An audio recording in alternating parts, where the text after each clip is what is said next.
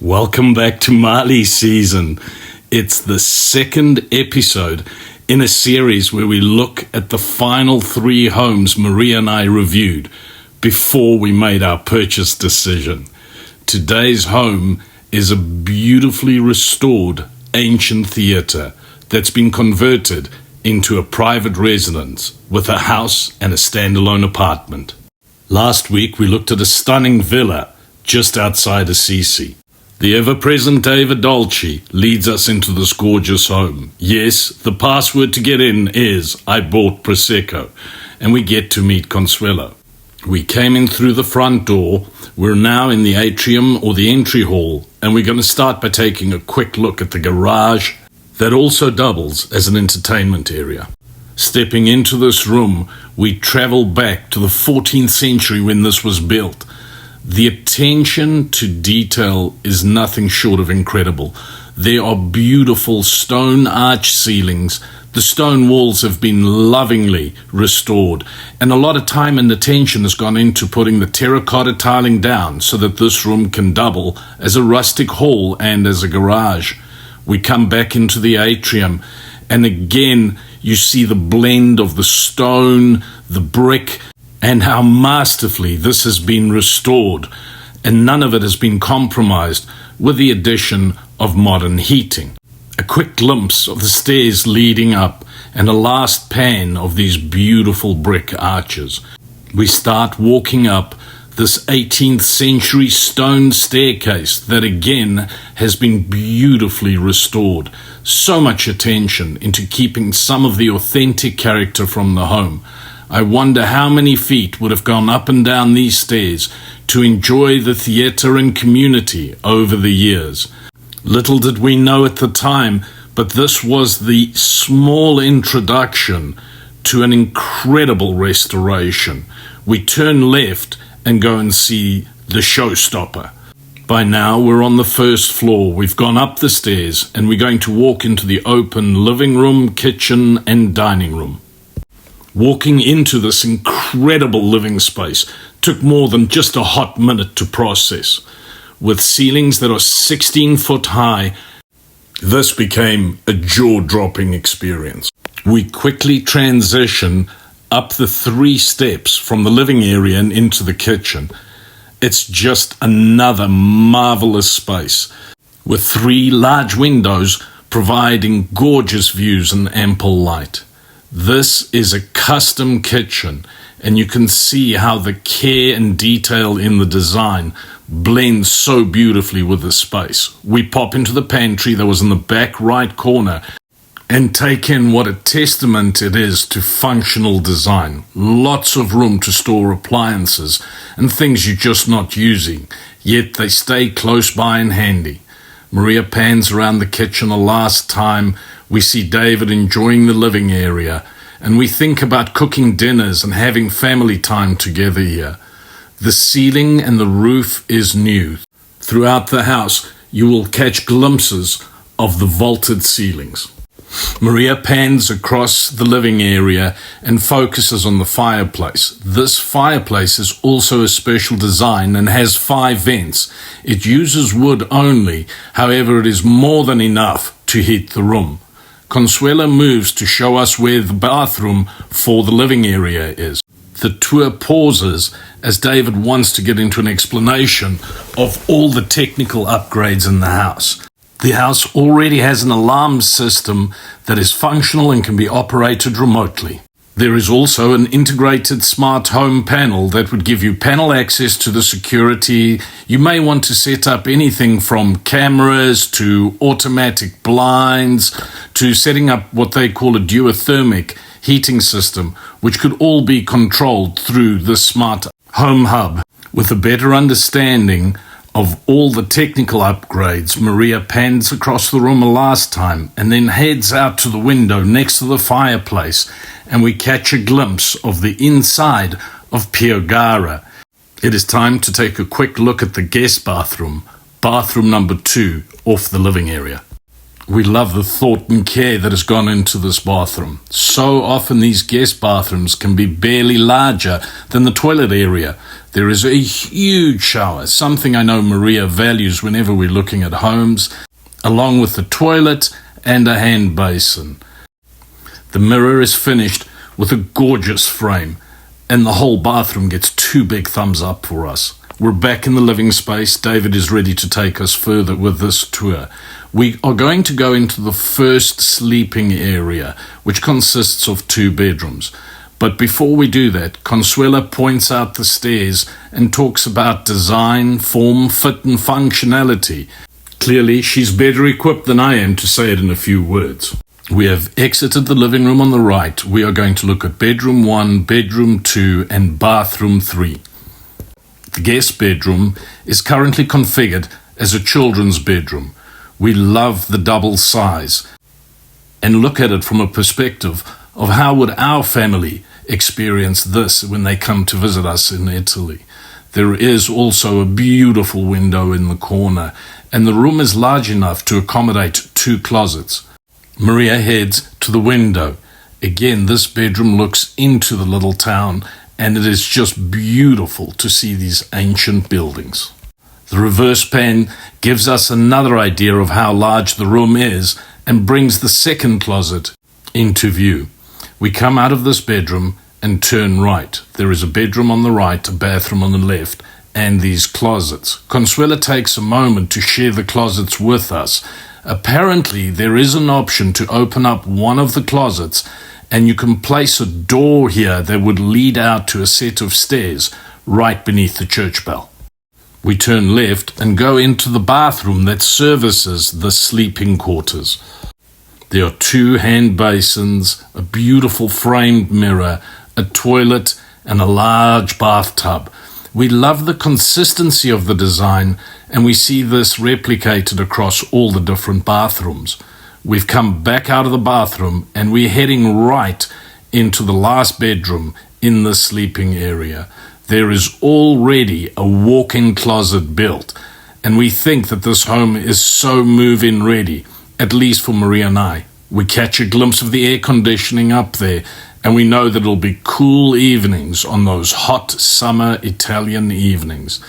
Maria moves over to the window and a glimpse of Piegaro. The house is on the corner of an intersection. It's time to see the primary suite, a whopper at just under 700 square feet.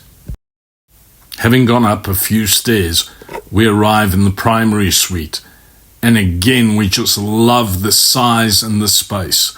The open vaulted ceilings again are a testament to the beautiful restoration that has happened here. Maria walks in on the right. On the left, there is a bathroom that has not been completed yet. However, we can see shower connections and everything else you would need. Moving deeper into the back of the closet area, we see where the laundry is currently configured. Maria and I think straight away we would probably move that to another bathroom downstairs or even create space in the pantry for that. We catch a glimpse of the shower handle and then go back to the sitting area that we would configure next to the master bed. This area would be perfect for my study. Maria and I could set up 2 desks in there and even put 2 glass doors in there in case there was a private conversation or somebody needed a spot to be a little noisy. This is one of the most beautiful bedrooms we have been in yet. It's time for us to head down. We've left the master suite, gone through the sleeping area, and take a last quick glimpse of the living area. We are heading outside to visit the garden and the apartment at the front of the house. We are back on the ground floor and we're going to go left to the apartment, patio, and the garden. On our way to the garden, we stop at a second garage between the garden gate and the front door. Now, please note, this is not included on our plans. We couldn't quite figure out what this was or where it would fit in. We joke about it. You don't need 2 garages. It's one, it's enough. How do I get Massimo out of my house? Okay. Consuela opens up the street entrance to the garden. We catch a peek of the green glass in the patio that's been put down. We walk in here and both Maria and I are fairly silent. This would be an idyllic garden for us. The rose bush is one of the oldest neighbors in this village.